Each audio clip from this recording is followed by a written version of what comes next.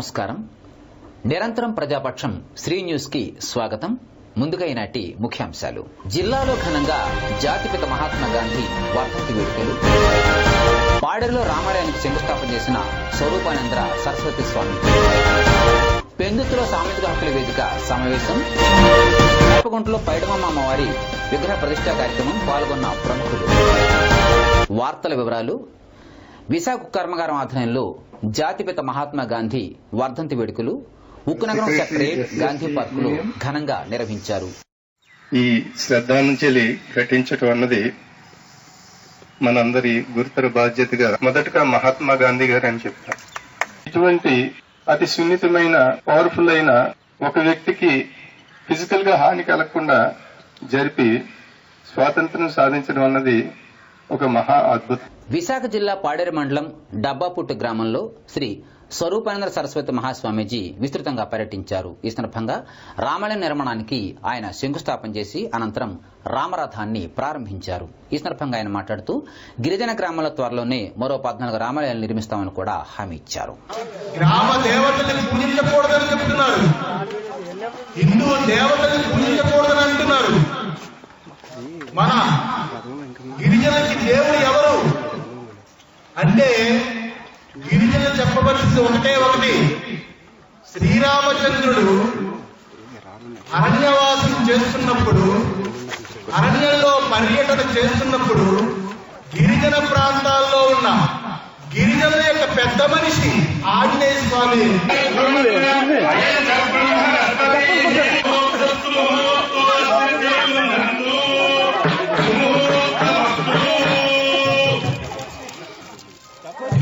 Private వ్యక్తుల స్వలాభం కోసం గాను అధికార పార్టీ ప్రభుత్వ రంగ సంస్థను నిర్వీర్యం చేస్తుందని సిపిఐ జిల్లా కార్యదర్శి స్టాలిన్ అన్నారు.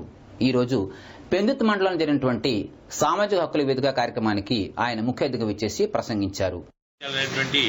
ప్రధానమైనటువంటి డిమాండ్తో సామాజిక హక్కుల వేదిక అటు ఇచ్చాపురం నుంచి జనవరి 26వ తేదీన బస్ యాత్రగా బయలుదేరి ఈరోజు పెందుతు నియోజకవర్గం రావడం అనేది జరిగింది. పెందుతు మండలం వేపకొండ గ్రామంలో నూతనంగా నిర్మించిన శ్రీ పైడమమ్మ అమ్మవారి విగ్రహ ప్రతిష్ఠా కార్యక్రమం మహోత్సవం కూడా ఈ రోజు అంగరంగ వైభవంగా జరిగింది.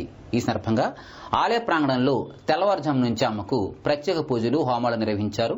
అనంతరం కలశ స్థాపన గావించి అమ్మవారి దివ్యమంగళ దినోత్సవాన్ని తొలి దర్శనానికి గాను గోమాతకు అందించారు.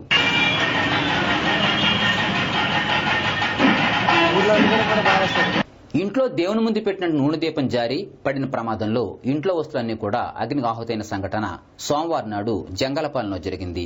అగ్ని ప్రమాదంలో సుమారు 50,000 రూపాయల వరకు ఆస్తి నష్టం జరిగినట్లుగా సమాచారం. విశాఖ ఉక్కు కర్మాగారంలో అధికారిగా పనిచేస్తున్న కవి, రచయిత దేవులపల్లి దుర్గాప్రసాద్కు అరుదైన గౌరవం లభించింది. ఉక్కు సాహితీ సమైక్య సభ్యునిగా సాహితీ సేవ చేస్తున్నటువంటి దేవులపల్లి దుర్గాప్రసాద్ శ్రీ ఛానల్ ప్రేక్షకులతో తన ఆనందాన్ని పంచుకున్నారు. విశాఖపట్నం స్టీల్ ప్లాంట్ లో మేనేజర్ గా పనిచేస్తున్నానండి. కార్పొరేట్ కమ్యూనికేషన్స్ డిపార్ట్మెంట్ లో రచనా వ్యాసంగం చేస్తుంటాను, కథలు కవితలు రాస్తుంటాను. ఈ మధ్యనే రచన పెందుతు సమీపంలో ఈరోజు మహాత్మా గాంధీ వర్ధంతి వేడుకలు ఘనంగా నిర్వహించుకున్నారు. ఈ కార్యక్రమానికి పెందుతు ఎంపీ వరలక్ష్మి ముఖ్య హాజరై గాంధీ గారి చిత్రపటానికి పూలమాల వేసి ఘనంగా నివాళులర్పించారు.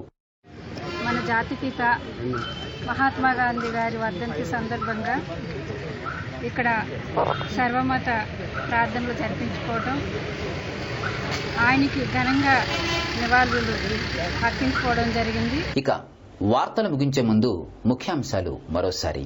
జిల్లాలో ఘనంగా జాతిపిత మహాత్మా గాంధీ వర్ధంతి వేడుకలు. పాడేరులో రామాలయానికి శంకుస్థాపన చేసిన స్వరూపానంద సరస్వతి స్వామి. పెందుతులో సామాజిక హక్కుల వేదిక సమావేశం. వేపగుంటలో పైడమమ్మ అమ్మవారి విగ్రహ ప్రతిష్ఠా కార్యక్రమం పాల్గొన్న ప్రముఖులు. ఇవి ఇంతవరకున్న హెడ్లైన్స్. నిరంతరం ప్రజాపక్షం శ్రీ న్యూస్ ఛానల్.